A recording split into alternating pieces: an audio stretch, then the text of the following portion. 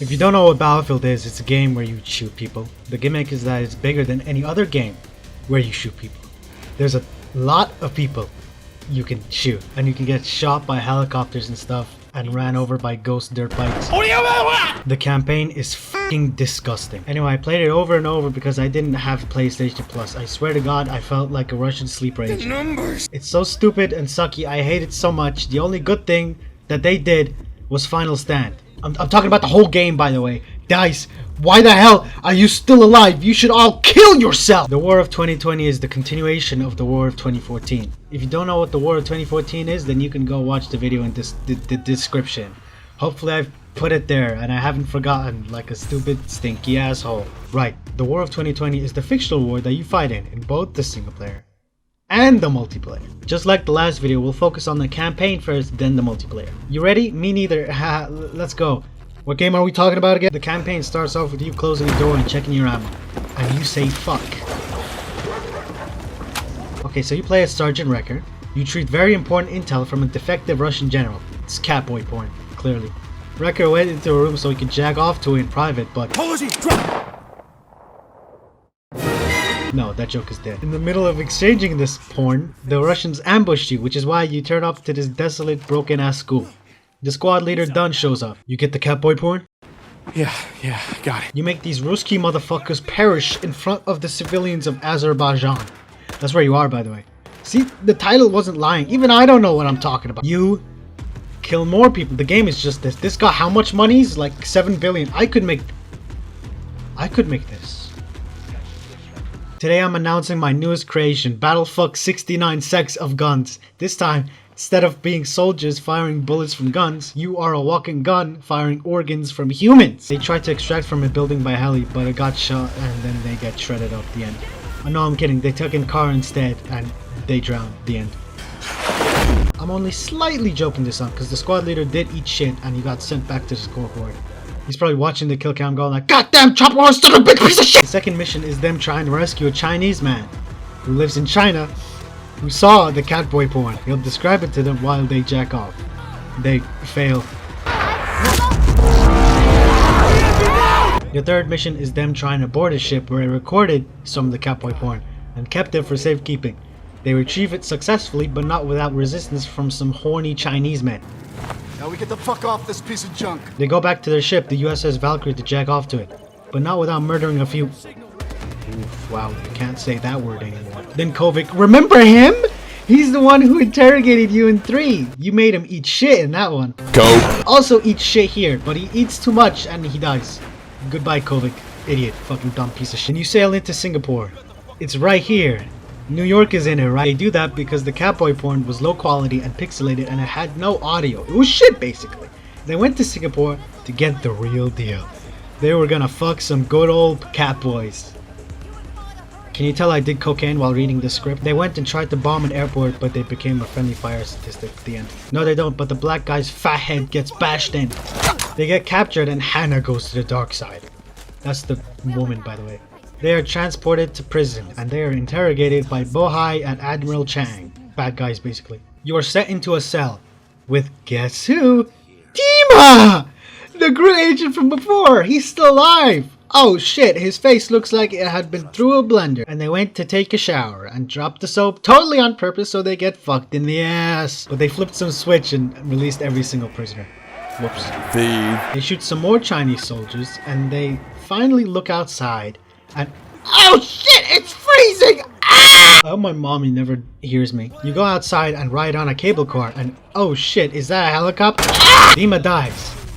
DICE made Dima die. The most pathetic death in the entire history of FPS campaigns. He survives a fucking nuclear explosion in the last one.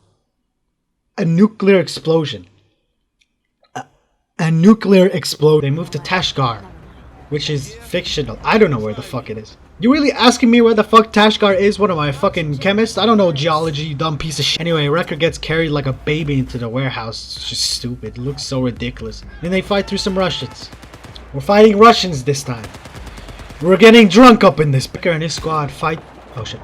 Wrecker and his squad fight through the Russians.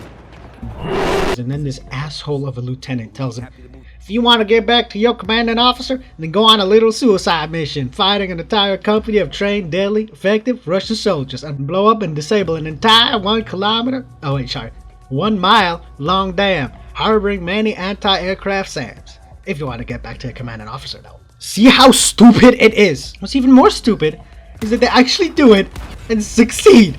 And then they survive being flown into water. They survive an entire dam falling and crashing all around them. They get sent to their ship, the USS Valkyrie. Anyway, the catboy porn is long gone by now, so they're like, oh shit, are we fighting a war? And then they're like, yeah dude, fuck. So these guys just shoot the shit out of people and go into deck to find Pac and... Motherfucker! I thought that motherfucking joke was dead.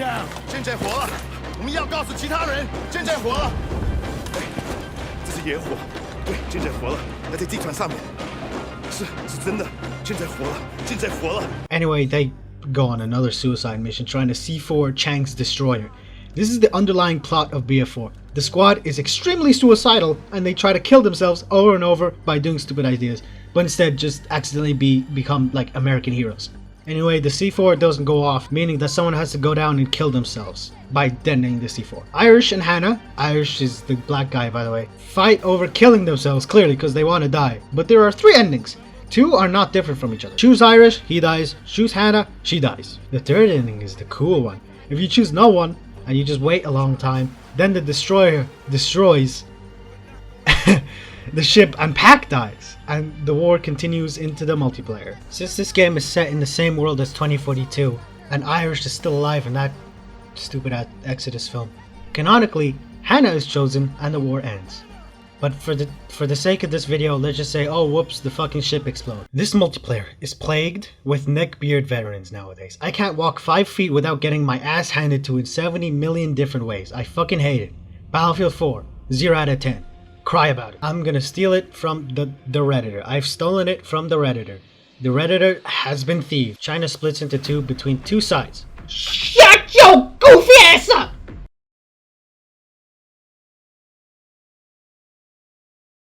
They first cleared the waters near China by eliminating naval presences shown in naval strike maps and Paracel Storm. These ones were cool when they launched, but now the shit buckets are everywhere to be seen. US invades Hainan and Hainan Resort. Fucking amazing map. I love it so much! And liberates Hong Kong in Dawnbreaker. This one is just so fucking good. So fucking good. My favorite is Dawnbreaker. When I saw that Hourglass map in 2042, I was like, ah! But then I played the beta and I was like, Pearl Market, Sunken Dragon, and Flood Zone also take place in Hong Kong. Let me say what was good about them. Pearl Market, nothing was good about this. This map is dog shit. Why, you may ask? That's why. Sunken Dragon was okay, I guess. Flood Zone, oh fuck! US also goes on to liberate Bangkok and Lumpini Gardens.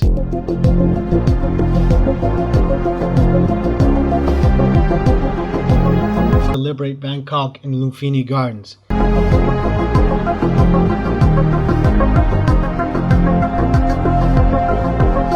Bangkok.